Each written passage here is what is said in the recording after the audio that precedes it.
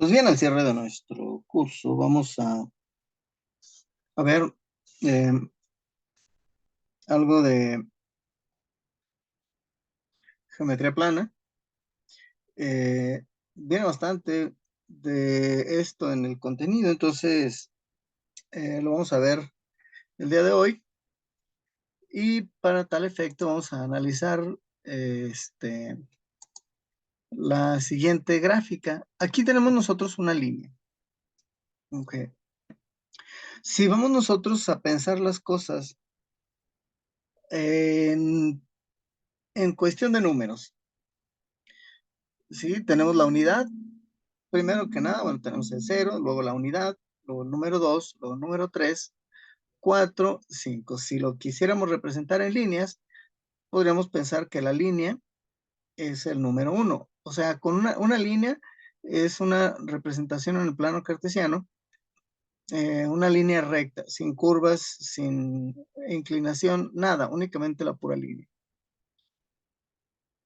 Si hablamos ya de dos líneas, estamos hablando de dos líneas que pueden ser paralelas o pueden no ser paralelas. Si las líneas son paralelas y las extendemos hacia la derecha y hacia la izquierda, jamás en la eternidad se van a tocar, porque son paralelas. De una línea a la otra existe la misma distancia en cualquier parte del infinito. Una de ellas que se incline una fracción de grado o una mínima cantidad de grado, en algún lugar se va a cruzar en el futuro, hacia adelante, pensando que estamos hablando de un espacio infinito. Pero mientras las consideremos o las entendamos como paralelas, únicamente nunca se van a tocar, jamás. Entonces, ¿qué puedo hacer con dos líneas? Bueno, pues poner líneas paralelas o poner líneas que se cruzan en algún punto. Con tres líneas ya puedo hacer cosas más amplias, ya puedo construir. Ahí tengo tres líneas y con las tres líneas puedo construir un cuadro equilátero. Ah, aquí me falta, le vamos a poner X igual, látero, lado y lado. ¿Ok? Entonces, con tres líneas puedo formar un triángulo equilátero. Quiere decir que todos sus lados miden lo mismo. Al medir lo mismo, todos sus ángulos internos miden también lo mismo. Tienen la misma medida. En el caso del isósceles, que también está formado con tres líneas, salvo que dos de ellas son iguales, una entre sí, y hay una más pequeña. O podría ser más grande. Pero al ser isósceles, dos de sus líneas son iguales. Y hay una diferente a esas otras dos. Ese es el isósceles. El triángulo rectángulo lo conocemos con este nombre porque tiene un ángulo recto al unirse dos de las líneas. Y la otra va a medir de acuerdo a la longitud de las líneas que forman el ángulo de 90 grados.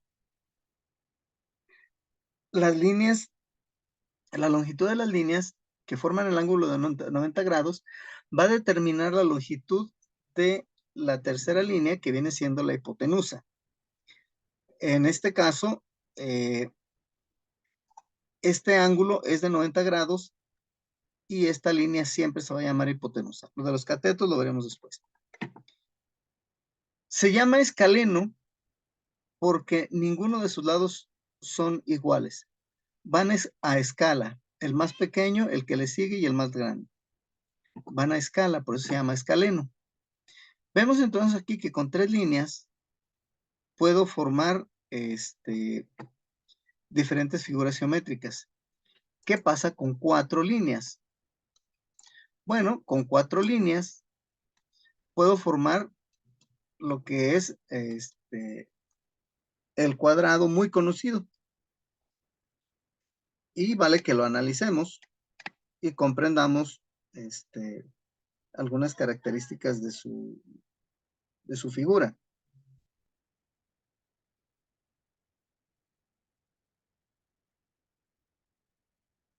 Y aquí lo que nos ocupa es entonces ver las características. Primero, el cuadrado. Tiene 4 ángulos de 90 grados internos. 90, 90, 90 y 90. Después tengo el rectángulo. También es de 4 lados, salvo que 2 de sus lados son iguales entre sí y los otros 2 iguales entre sí, pero diferentes a los primeros. Entonces, también sus ángulos internos miden 90 grados. Si uno mide más de 90 grados, ya no es un rectángulo. Ya podríamos pensar que se está tratando de un rombo o de un trapecio. Pero en este caso, el rectángulo es otra figura también de 4 lados. Este que vemos aquí se llama trapecio.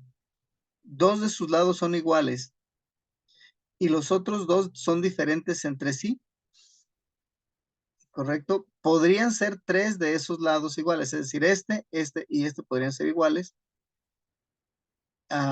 pero la inclinación de este ángulo no va a ser la misma que estos dos, porque si no, entonces tendríamos un rectángulo. Este se llama trapecio, entonces, y es una figura de 4 lados. El romboide es una figura también de 4 lados y podemos ver que estos dos lados miden exactamente lo mismo, estos dos también, entre sí, contrario a estos otros, pero los ángulos internos no todos son de 90 grados, por lo que su forma se distorsiona y entonces obtenemos el trapecio. Igual a este está el trapezoide también, que es muy irregular, porque en el trapezoide ninguno de sus lados son iguales, todos son diferentes entre sí. El deltoide también, pero el deltoide es como un conito de esos donde se sirve la nieve. Y 2 de sus lados, o sea, los que forman el cono son iguales y los que forman la nieve son también iguales entre sí. Y el rombo, muy conocido, ¿sí? También como figura de 4 lados. Aquí me faltan 2 figuras, no las he puesto, más adelante las pondremos, pero aquí tenemos entonces al menos 5 figuras de 4 lados. Si hablamos de 5 lados, tenemos entonces un pentágono. ¿Sí? Está el triángulo, el cuadrado y luego el pentágono. El triángulo con 3, el cuadrado con 4 y el pentágono con 5. Y estas figuras que vemos aquí tienen también ciertas características. Tiene 5 lados, son iguales, y 5 vértices o 5 picos, 5 esquinas, ¿verdad? Viéndolo de esta manera, es una figura regular. Y decimos que es una figura regular porque todos sus lados miden exactamente lo mismo. Bien. Por lo tanto, sus ángulos internos también van a ser lo mismo. Mientras que sus lados sean iguales, también los ángulos internos van a medir lo mismo. Y tenemos pentágonos irregulares como estos otros dos, en el que algunos de sus lados son más grandes que otros, pero bueno, aquí puse 1, 2, 3, 4, 5, sí, sí, es de 5 lados, bastante irregular esta figura, y esta otra de acá, 1, 2, 3, 4, 5, también tiene 5 lados, y es también irregular. Es un pentágono irregular que, pues se maneja con diferentes con diferentes conceptos al momento de llevar a cabo sus operaciones con ellos. Entonces, si avanzamos en los números, tenemos entonces el hexágono. El hexágono es el que tiene 6 lados iguales. Sus ángulos internos también son iguales. Y también hay hexágonos irregulares. Al haber pues hexágonos irregulares, también igual que en el caso de los pentágonos, analizamos y vemos que tienen pues diferentes características de acuerdo a los ejercicios que realicemos con ellos. Si seguimos aumentando los lados, está el heptágono, el octágono de 8 lados, el nonágono, el decágono de 10 lados, un decágono, dodecágono, tridecágono, y este es el 12 de 12 lados, cuyos lados son iguales todos entre sí, por lo tanto sus ángulos internos también van a ser todos iguales entre sí. Es una figura de 12 lados. Imaginémonos entonces ahora una figura de 564.356 billones 786.456 millones 435.673 lados. Vamos a poner una cantidad larguísima, grandísima, que podamos difícilmente expresar. Y una cantidad de una figura de esa cantidad de lados, no vamos a alcanzar a distinguir cada uno de sus lados, por lo que a nuestra vista va a aparecer un círculo. Parecería un círculo. Multipliquen esta cantidad. Así como cuando multiplicamos, por ejemplo, 5 por 5, me va a dar 25. 5 veces el 5 son 25. Bueno, pues multipliquemos esta cantidad por ella misma y vamos a seguir obteniendo una figura circular como la que estamos viendo aquí. No hay manera de expresarla de otra manera, de otro modo. La pongo así porque estoy captando que está un poquito ovalada, pero entonces, si lo vemos desde este punto de vista, el círculo perfecto no existe.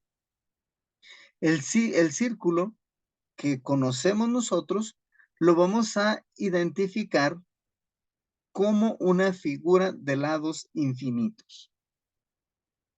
Una figura de lados infinitos tiene lados, pero jamás vamos a alcanzar a contarlos. Y ese es un círculo. No existe, es un concepto, es una idea nada más. Y la podemos representar también en el plano cartesiano sin ningún problema.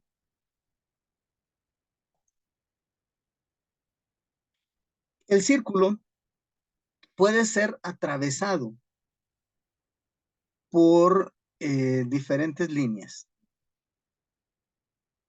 Bien, todas estas líneas que vemos aquí siguen hacia el infinito, pero las cortamos. Esta la corté de aquí para ponerla aquí y darle un nombre.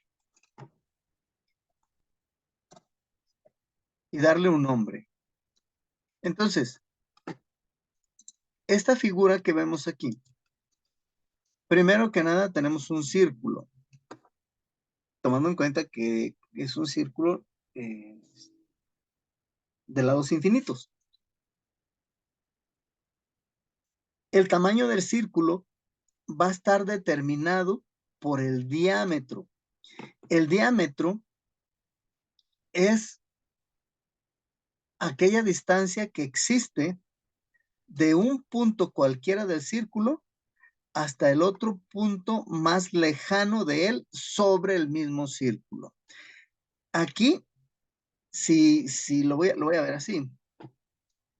Si yo me pongo aquí y trazo una línea, de aquí a aquí la distancia es pequeña, pero en la medida que voy dándole la vuelta al círculo, la línea se va alejando más de su punto de origen y llega a un punto en que llega a la distancia más lejana. y de ahí empieza a disminuir su tamaño. Bien, pues esa línea más lejana que conocemos o que vemos ahí, se le conoce como diámetro a la distancia del punto más cercano, del punto más lejano al origen. Ese se llama diámetro. La mitad de un diámetro es el radio, así le llamamos, el radio, ¿ok? Entonces, el diámetro es la línea que une los puntos más distantes del círculo y el radio es la mitad de ese diámetro.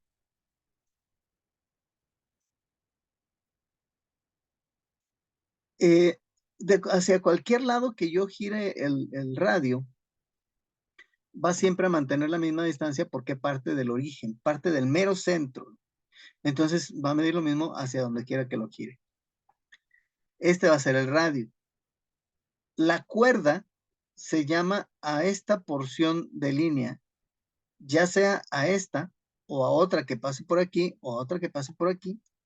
El diámetro en sí vendría siendo una cuerda, pero no se le llama cuerda porque tiene una característica muy especial y es esa, la de partir de un punto del círculo y alejarse lo más posible. Esa distancia se llama diámetro. Todas las demás distancias o líneas que pueda yo trazar que no toquen el centro del círculo se llaman cuerdas. Y lo que las limita, en este caso la curva que inicia donde toca el radio, donde toca la cuerda el círculo, a donde se junta nuevamente, se llama arco. Arco. Por lo tanto, también esta podría ser una cuerda. ¿Sí? No es paralela al diámetro, pero también es una cuerda. ¿Por qué? Porque toca dos extremos, pero no son los más lejanos. Y la tangente tiene la característica de pasar, tocar un punto o un lado, un solo lado del círculo y seguir su trayectoria. Como el círculo que estoy viendo es un polígono de lados infinitos, no puedo yo ver el punto donde lo toca. Porque bueno, pues justamente por lo que comento, es una figura de lados infinitos y no se puede percibir. De hecho, todo lo que estoy viendo es, uh,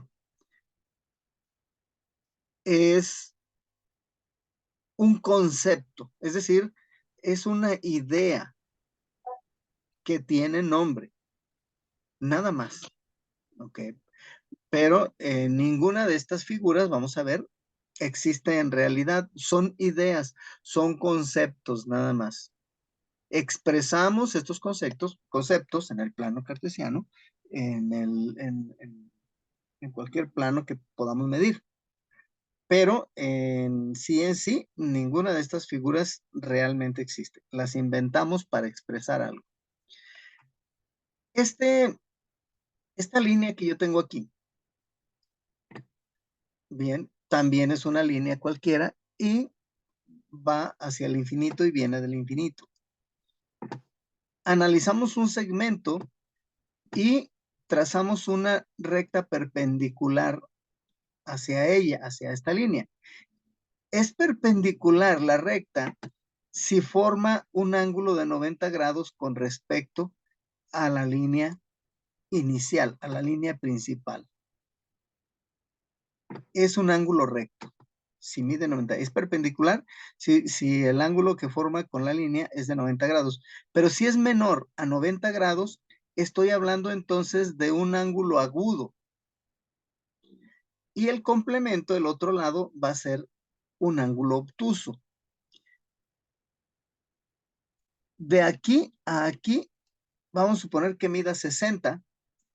Bueno, el resto hacia acá mide 120 porque la suma de todos los ángulos es igual a 180 grados.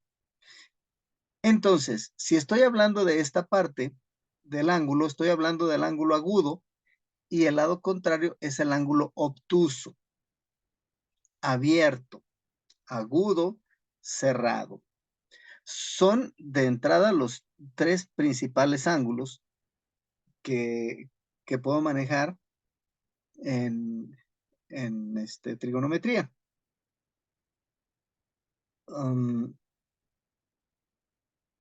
La siguiente figura me muestra la misma línea, pero el ángulo es mucho más abierto, es mayor de 180 grados.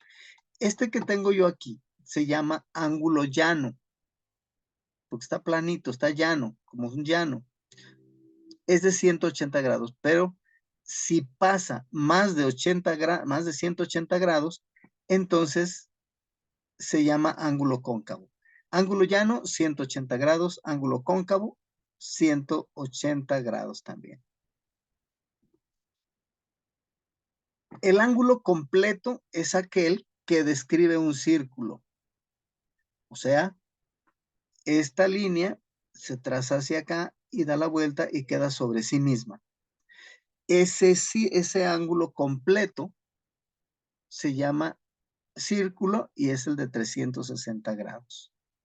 Son diferentes formas y esto, como les comento, de acuerdo a la guía no oficial, es probable que vengan estos nombres en su examen. Bien.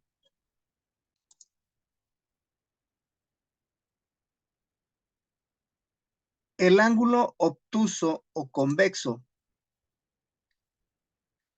es un ángulo contrario al ángulo cóncavo.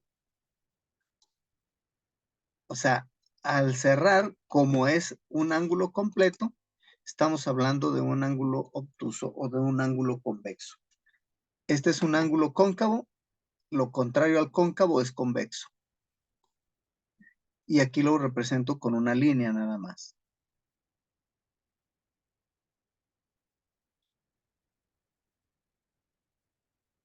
En esta forma. Esta forma que tengo yo aquí es el ángulo cóncavo. Pero si se fijan, el otro del que estamos hablando pasa, incluso no forma 90 grados aquí. Se pasa a esta parte, a todo este ángulo que se extiende a más de 180 grados,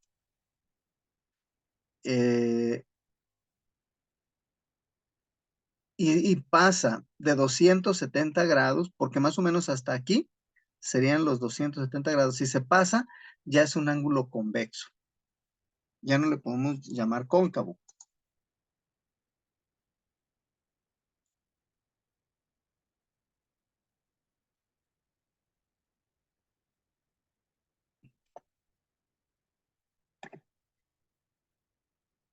Ok, aquí lo dejé como cóncavo. Hay que cambiarlo. Este ángulo que tengo aquí es un ángulo obtuso, está abierto. Bueno, este concepto ya los estoy revolviendo un poco. Vuelvo otra vez. Ángulo cóncavo es este. Y estoy poniendo aquí el ángulo convexo. ¿Qué diferencia hay entre el convexo? Este está más amplio y el cóncavo mide más de 180 grados. ¿Ok? Este no pasa de los 180 grados. Este es cóncavo y este es convexo. Nos quedamos finalmente con estos dos conceptos. Hay una característica cuando se cruzan dos líneas en alguna parte, en el infinito. Esta es la línea recta y esta es una transversal. No es perpendicular porque su ángulo no forma 90 grados. Entonces, estos ángulos que vamos a ver aquí, que estamos analizando aquí, son ángulos opuestos por el vértice. Cualquiera de ellos tiene un ángulo opuesto. Y lo vamos a ver así. Este ángulo que yo tengo aquí es el opuesto a este de acá. Estos dos son opuestos. Al ser opuestos, miden lo mismo. Estos dos ángulos de aquí, este con este, también son opuestos y también miden lo mismo entre sí. Entre la suma de todos ellos debe de darnos 360 grados. 180 de aquí y 180 de acá. Entre más crece este, más disminuye este. Entre más crece este, más disminuye el contrario. ¿Ok? Estos dos tienen un nombre especial, pero por el momento, este con este es opuesto, este con este es opuesto. Este es opuesto a este de acá, este es opuesto a este de aquí. Y miden exactamente lo mismo.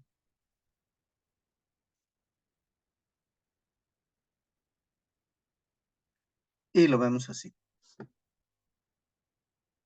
Si este mide 125,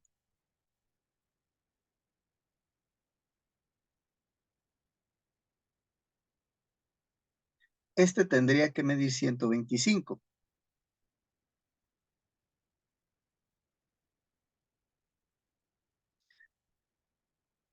Y aquí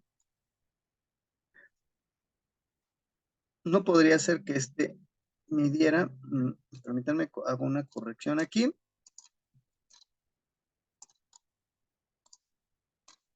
Porque así como lo estábamos viendo, no puede ser que este mida 55 y este 125 y que esté más grande uno que el más pequeño que el otro. Los números los tengo equivocados. Permítanme hacer la corrección, una disculpa.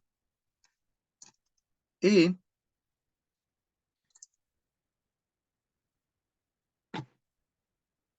este de aquí, vamos a poner así. Ahora sí, si lo veo de esta manera, ellos son opuestos por el vértice. ¿Ok? Este y este son opuestos por el vértice y miden exactamente lo mismo. Vamos a suponer que este mida 125, porque un ángulo de 90 grados es el que se forma aquí, con una perpendicular. Pero como mide más de 90 grados, vamos a suponer que mida 125 este ángulo de aquí. Si la suma de los ángulos de un ángulo llano, o la mitad de un círculo, son 180, si este mide 125, el contrario va a medir 125. Y para que se completen 180 de aquí a aquí me faltan 55. Por lo tanto, este mide 125 y este va a medir 55. Y el contrario, exactamente lo mismo. Entonces, si lo sumamos todos, nos van a dar 360 grados. Bien. Si vemos estas dos rectas, las rectas amarillas son paralelas, jamás se van a cruzar. Las otras dos rectas, por el contrario, no son paralelas y se cruzan en algún lugar. Aquí no lo vemos que se cruce, pero se cruzarían. Al analizar este concepto, tengo dos líneas amarillas. Voy a poner este otro ejemplo. Bueno, aquí de entrada, estas dos líneas, sus ángulos van a ser diferentes con este, por la inclinación que presenta esta línea comparado con esta. Sin embargo, este ángulo mide exactamente lo mismo que este y este de aquí lo mismo que este, así como los amarillos de aquí y los azules de acá. También miden exactamente lo mismo por ser contrarios. Si tengo dos líneas amarillo claras paralelas en algún punto y otras dos paralelas a los extremos, vamos a ver algunas ideas, ¿sí? Que nos van que van a ser características en todos los ángulos. Este ángulo, al ser esta línea paralela con esta, paralela con esta y paralela con aquella, si las 4 son paralelas, este ángulo va a medir exactamente lo mismo que este y exactamente lo mismo que este y exactamente lo mismo que este. ¿Ok? Y al ser estas líneas paralelas, estas dos no son paralelas. Vamos hay que mm, aclararlo.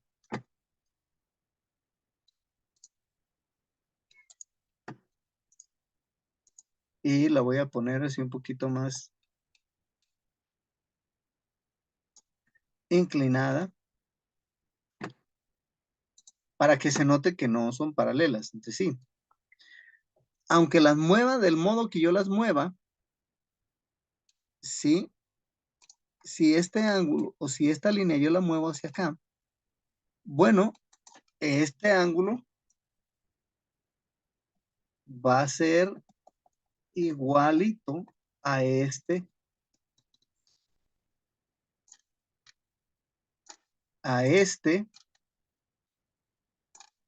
y a este. Todos son iguales. Respecto a esta línea y a las paralelas. Y este otro, vamos a cambiar de color.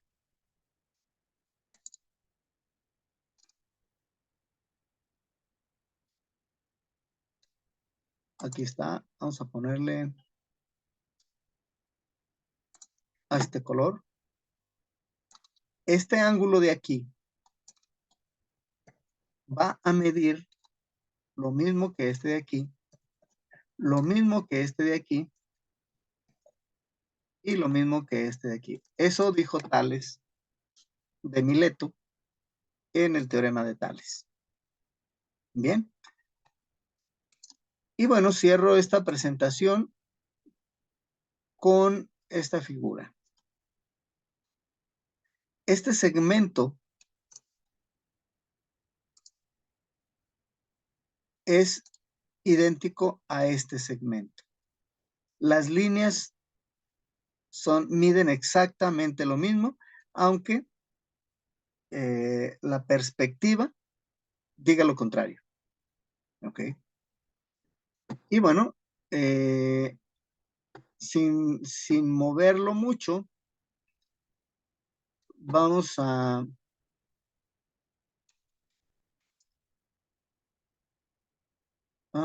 girarlo, pero sin tocarlo. Ahí está. No he modificado la distancia, solamente se giró automáticamente por medio del sistema. Y si nos ponemos aquí, vamos a ver que son exactamente iguales. Pero el hecho de acomodarlo de otra forma da un efecto que pareciera que la línea horizontal es menor que la perpendicular. Y para eso la voy a regresar sin tocarla otra vez.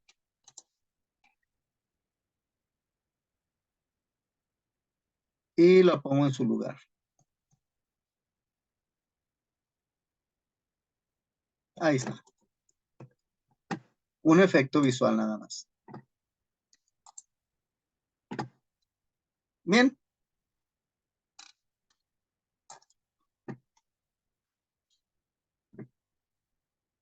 Esperamos la siguiente parte del video donde se complementan las líneas y esta parte del video termina aquí.